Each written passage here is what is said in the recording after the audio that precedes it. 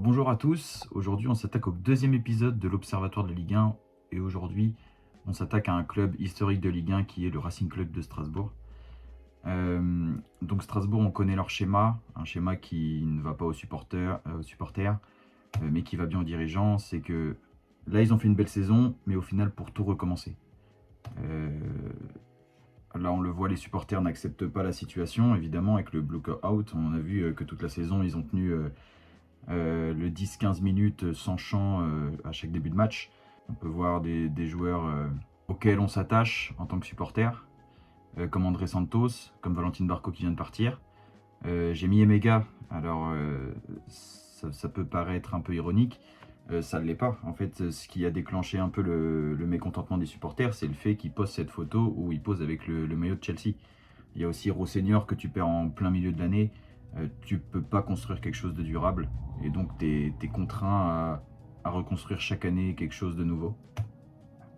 Donc justement, on va faire le bilan de la saison passée avec une Coupe d'Europe qui est retrouvée, donc ça faisait longtemps pour le club, mais au final, il y a une saison frustrante. Il y a eu une saison de Conference League qui a été faite pour Strasbourg, avec notamment des très bons résultats. On a pu voir une victoire contre Crystal Palace, notamment en phase de groupe.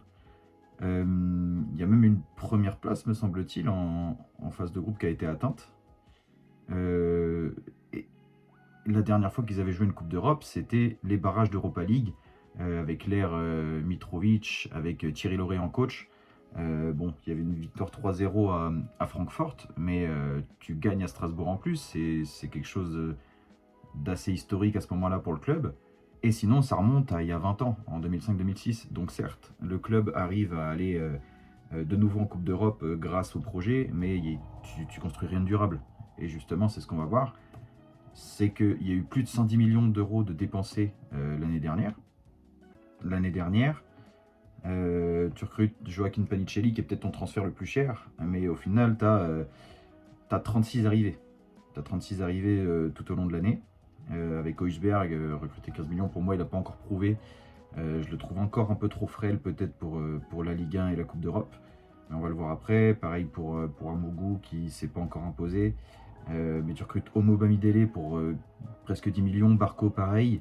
Enciso, pareil. Et ça, c'est des noms déjà qui étaient assez connus en Angleterre. Tu as Soumaïla Koulibaly qui avait joué une superbe Ligue des Champions avec Brest la saison passée, que tu recrutes. Bon, au final, il a été reprêté à Brest dans la foulée. Mais il vient de Dortmund, c'est pas n'importe qui. Et tu as d'autres noms comme Martial Godot, 7 millions, Amo Ameyo, 7 millions. Jessim Yassine, ça c'était le mercato d'hiver, mais 7 millions, pareil. Tu arrives à avoir quelque chose de bien. Quelque chose de bien, une équipe cohérente, où tu arrives du coup à jouer les 3 compétitions d'affilée et tu arrives à bien les jouer. Sauf qu'il y a un moment où ça pêche. Tu atteins les demi-finales de Coupe de France, tu atteins la demi-finale de Conference League, tu es dans le top 10 de Ligue 1, mais il y a un moment où ça fatigue, tu peux pas jouer les 3 comme tu veux. Et donc au final, ils obtiennent une 8e place de Ligue 1, alors qu'ils méritaient sûrement mieux au vu de comment ils jouaient, notamment contre les gros. Il y a notamment un superbe match face à Lyon, un superbe match face à Paris, 2 même superbes matchs face à Paris. Pour au final finir 8e, c'est quand même bête. Une demi-finale qui est décevante.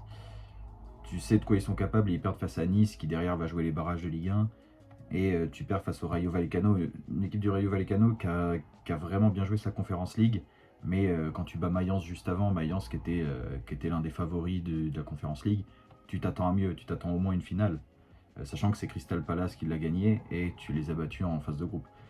Donc on a 3 compétitions qui ont été jouées à fond et au final peut-être 3 résultats décevants. Tu n'arrives pas à en gagner soit la Coupe de France ou la Conference League alors que tu es allé loin. Tu n'arrives même pas à obtenir une Coupe d'Europe au final. Donc tu peux être déçu quand même de ta saison. Donc on va voir ensuite le mercato de cette année. Un changement total de stratégie. Pourquoi je dis ça? C'est qu'on passe de 110 millions de dépenses à 29 millions. Alors certes, ça reste un beau chiffre, mais je veux dire, ton montant de transfert, il ne dépasse pas les 10 millions, et on est encore basé sur la jeunesse, où ça ne dépasse pas les 24 ans. Donc encore une fois, c'est misé sur l'avenir, c'est le centre de formation de Chelsea, tu le sens. Tu as Diogo Sousa peut-être qui a été demandé par Hugo Oliveira, le nouveau coach, qui vient de la Ligue portugaise justement. parce que je le connais pas du tout et 10 millions, c'est une belle somme quand même pour, la ligue portugaise. Heu, Ensuite, il y a Fabio Baldé. Alors, c'est tout récent parce que quand j'ai fait mon étude sur, Strasbourg, c'est vrai qu'il y était pas. Fabio Baldé, ailier gauche. Et derrière, c'est du 5 millions, voire moins, et c'est des noms qu'on connaît pas forcément. À part Giovanni Reina, qui pour moi est une superbe recrue. Tu sais de quoi le mec est capable. Il y a une année où il était valorisé à 40 millions d'euros, donc tu sais de quoi il est capable. Juste faut le relancer. À 3 millions de transferts, c'est vraiment une bonne affaire. Euh, une autre bonne affaire, c'est Philippe Jorgensen, qui est un gardien qui a déjà fait ses preuves en Ligue espagnole. On le connaît très bien, on sait de quoi il est capable. Pareil, qui a été valorisé à 20 millions après son année à Villarreal. Seulement, encore une fois, c'est un prêt. Et Strasbourg, ça fait 3 saisons, voire 4, qu'ils ont un gardien tout en sachant qu'il va partir à la fin de l'année. Donc ça doit être assez frustrant quand même. Et tu as des retours de prêt, même beaucoup de retours de prêt et quelques ventes. Dont on a parlé à Chelsea. Nzingula et Junior Mwanga. Junior Mwanga qui était prêté les 6 derniers mois. Mais je veux dire, ça, c'était des 6 qui pouvaient dépanner en centrale en plus, qui étaient intéressants pour la Coupe d'Europe. Après, là, c'est vrai qu'il n'y en a pas, donc peut-être il y a de ça aussi. On n'a pas vu David Datrofana au final, on ne s'est mis non plus.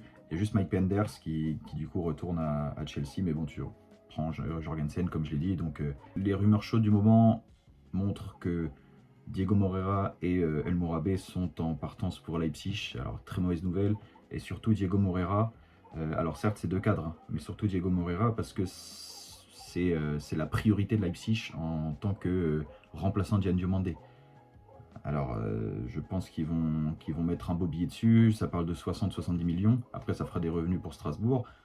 Mais bon, c'est pour Chelsea. Donc, est-ce que tu peux t'en réjouir d'une belle vente? Je sais même pas. Ce qui donne un effectif avec encore du talent, mais beaucoup moins de certitude. Donc voilà à quoi ça pourrait ressembler. Les points d'interrogation, je les ai mis quand ils sont en partance. Donc tu as Jorgensen dans les cages. Tu gardes ton quatuor défensif avec Doué, Omobamidele, Doucouré et Chilwell. Alors je préfère mettre Doucouré que Augsberg, encore une fois c'est très personnel. Euh, je sais qu'en prépa ça a été le contraire, mais en prépa ça n'a pas forcément marché, on va le voir après. T'as Soumaïla Koulibaly qui peut jouer en backup et Abakar Silla qui peut aussi, qui est en retour de prêt, qui peut jouer un backup derrière.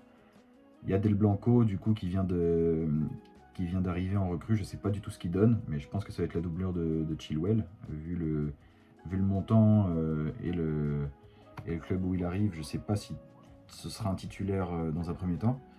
T'as Abdul Ouattara qui est en partance, de ce que j'ai vu récemment. Donc pareil, il va falloir trouver quelqu'un d'autre pour assurer le derrière de Doué, sachant que Doué, il y a un moment où il était dans les rumeurs du Paris Saint-Germain. Alors je sais même pas si tu peux compter sur lui sur la saison. El Mourabe, pareil, qui est en partance. Après, tu as du monde au milieu, hein. T'as Mougou, t'as Oyedele. Du coup, tu as Souza juste à côté, avec Diop qui revient de près de Toulouse, qui a fait une superbe seconde partie de saison en Ligue 1.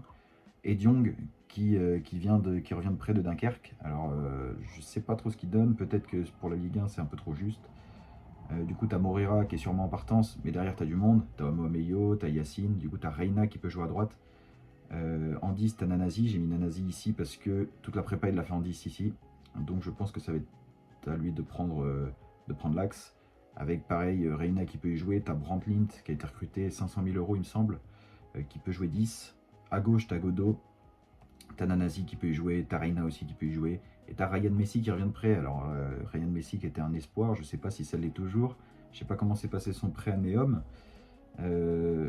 mais avant de partir en prêt, tu disais que tu pouvais compter sur lui pour l'avenir en sortie de banc ou quoi. Enciso en pointe, je l'ai mis en pointe parce que c'est lui qui a fait la prépa en pointe, mais il est en partance aussi pour Ipswich, pour un retour à Ipswich.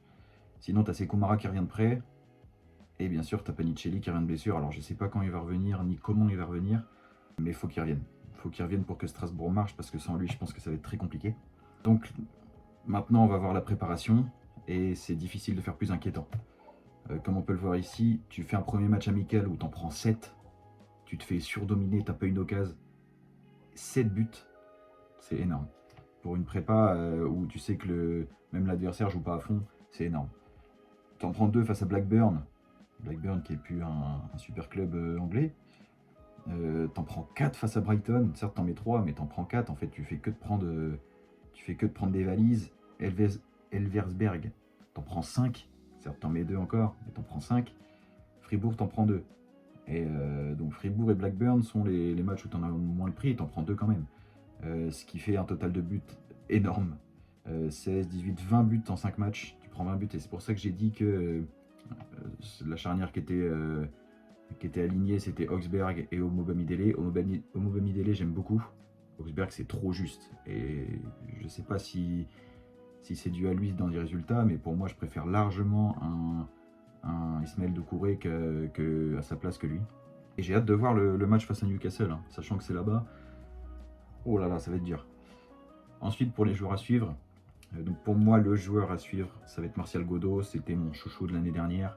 Dès le début, je l'ai senti, le mec, tu sens balle au pied qu'il a un truc en plus. Et donc pour moi, ça peut être le leader offensif de cette saison. En remplacement de Diego Moreira, qui était un peu ce dynamiteur de l'année dernière. Là, je pense que Godot doit prendre le relais cette année. Donc à voir ce qu'il donne, mais j'ai énormément espoir en lui. J'ai vu que Fulham était dessus, mais c'était des rumeurs assez lointaines. Juste qu'il s'y était intéressé. Ensuite, pour le pari, évidemment, il y a Giovanni Reina. Je vois pas comment on peut ne pas le mettre. Tu le recrutes 3 millions, un mec qui était valorisé à 40 millions, pour le relancer. Évidemment, c'est un pari. Et j'espère que ça va marcher en Ligue 1. Je suis très content déjà de le voir dans ce championnat. Et pour la recrue, comme j'ai dit, il y a Jorgensen, parce que le mec, c'est un gardien qui a déjà fait ses preuves, tu sais de quoi il est capable. Pour moi, en Ligue 1, ça peut marcher, ça peut être très intéressant. Et mon interrogation, du coup, c'est Joaquin Penicelli, évidemment. Penicelli qui est blessé, tu sais pas quand il va revenir. Je crois qu'il a repris l'entraînement fin juillet. Donc tu sais pas comment il va revenir, dans quelle forme, parce que quand il se blesse, il est sur une forme étincelante. Alors est-ce qu'il va reprendre dans cet état de forme ou pas? En tout cas, le mec, s'il revient comme l'année dernière, ça va être une très bonne aide pour Strasbourg. Et donc mon pronostic final, c'est qu'évidemment ils visent l'Europe. Si tout marche, ils peuvent atteindre pourquoi pas une place européenne. Je vois pas mieux que la Conference League, l'Europa League, si jamais la Coupe de France est gagnée par un Européen. Mais si rien ne marche, tu finis 12e. Tu finis 12e parce que tu as tellement moins d'effectifs qualitatifs que l'année dernière. Je les vois pas en dessous, en tout cas, parce que j'ai regardé en dessous et les effectifs ne me font pas rêver non plus. Et donc mon prono, c'est qu'ils finissent 11e. Pour moi, ça va être très compliqué pour eux cette saison. T'as plus rien à jouer. En fait, même pour les joueurs, tu sais que c'est éphémère à Strasbourg. C'est difficile d'avoir cette identité strasbourgeoise. Et donc, pour moi, ça peut pas marcher. Après, j'espère me tromper pour les supporters. Parce que les supporters méritent que ce soit un club européen régulièrement. Mais je les vois pas plus haut que 11e. Ou du moins, je pense qu'ils vont jouer le ventre mou cette saison. Donc voici ce que donne le classement. Il n'y a que 2 équipes. Mais bon, je pense qu'ils vont pas faire la même saison que Lyon, par exemple. Ça va pas être une saison confirmation. Donc voilà, dites-moi qui vous voulez voir par la suite. Je suis à l'écoute. Il y a un épisode sur Lorient qui va sortir très bientôt. Donc voilà.